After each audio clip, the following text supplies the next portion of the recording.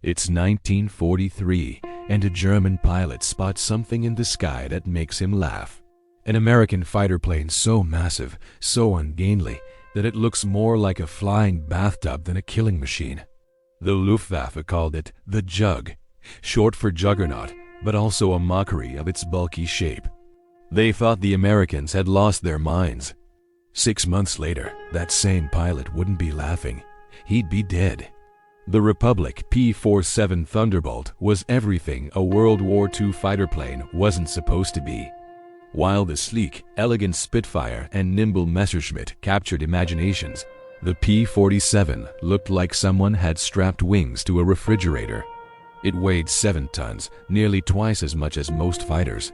It was wide, it was heavy, and when pilots first saw it, many refused to fly it. But here's what nobody expected. This flying milk bottle would become the most produced American fighter of the war, destroying more enemy aircraft and ground targets than almost any other Allied fighter. The Germans who once mocked it learned to fear the sound of its massive radial engine. So how did the ugliest plane in the sky become one of the deadliest? The answer reveals something profound about underestimating your enemy and the American approach to warfare that the Axis powers never quite understood. To understand the Thunderbolt, you need to understand 1940. Britain was getting hammered. The Luftwaffe controlled the skies over much of Europe, and their fighters, especially the Bf-109, were exceptional. Fast, maneuverable, deadly. American military observers watched and realized something terrifying. American fighters couldn't compete at high altitude. The problem was oxygen. Or more specifically, thin air. At 25,000 feet, where modern air combat was happening, engines couldn't breathe. They'd sputter and lose power. Meanwhile, German bombers cruised at 30,000 feet, practically untouchable.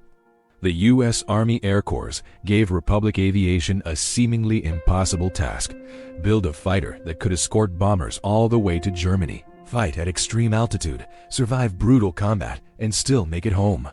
Oh, and do it fast. The war wasn't waiting. Republic's chief designer, Alexander Kartveli, made a decision that seemed insane.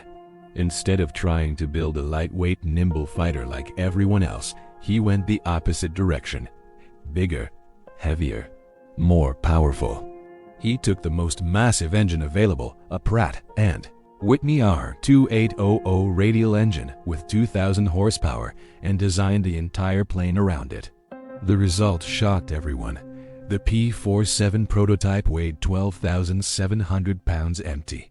For context, a Spitfire weighed 5,000 pounds. The P-47 was a monster. When test pilots first flew it, the reports were brutal. It climbed slowly. It turned like a bus. One pilot said flying it felt like pushing a boulder uphill. The Army almost canceled the entire program. But Kartveli knew something they didn't.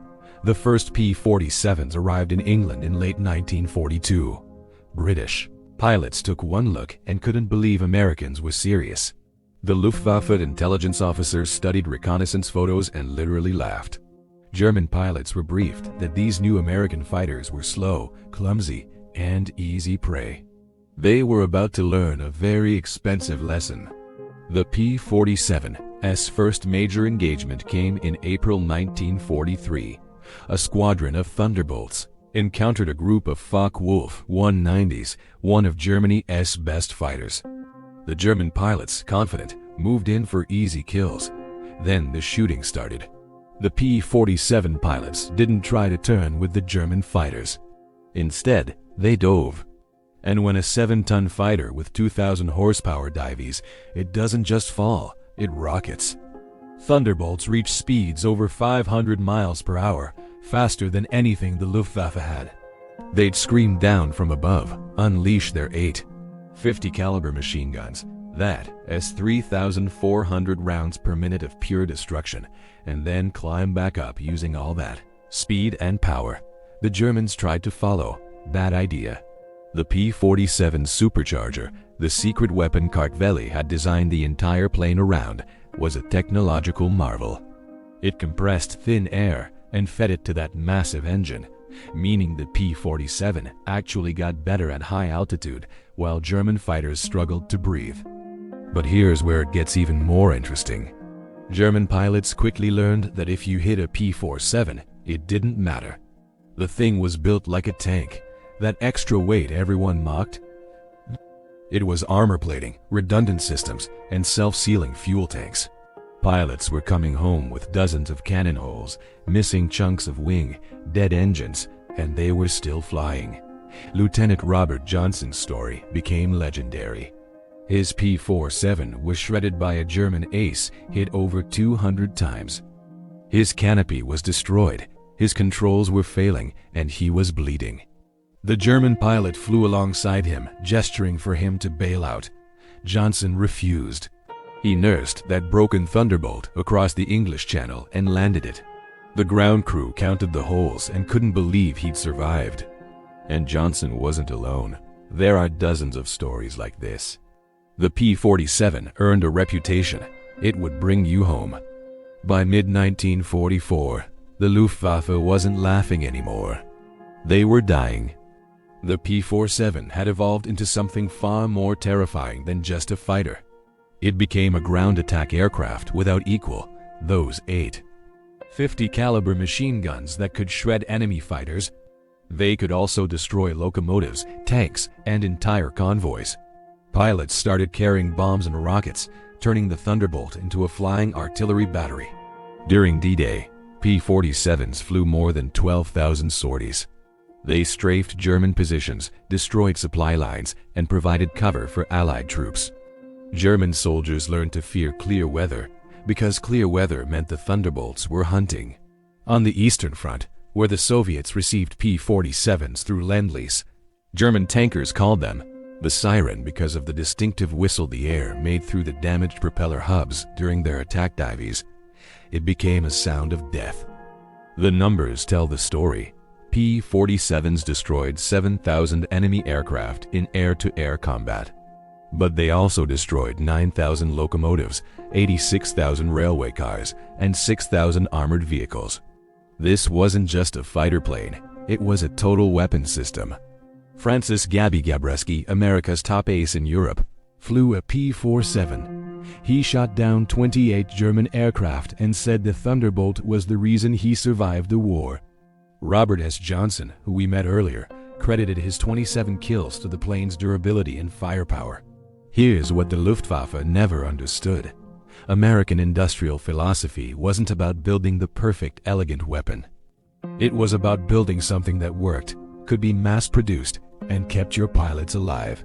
The P-47 was designed by engineers who understood that a pilot who survives can fight again tomorrow.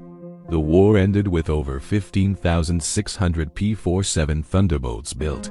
It served in every theater of the war, from Europe to the Pacific, from North Africa to the Far East.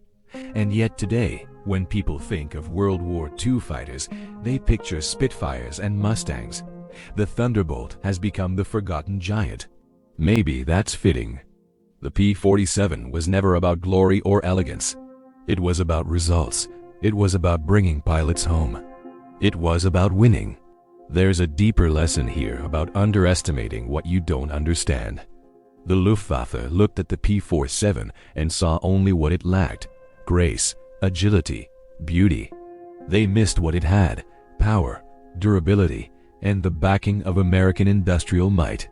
In a war where every advantage mattered, where a single design flaw could mean death, the P-47 represented a different philosophy entirely.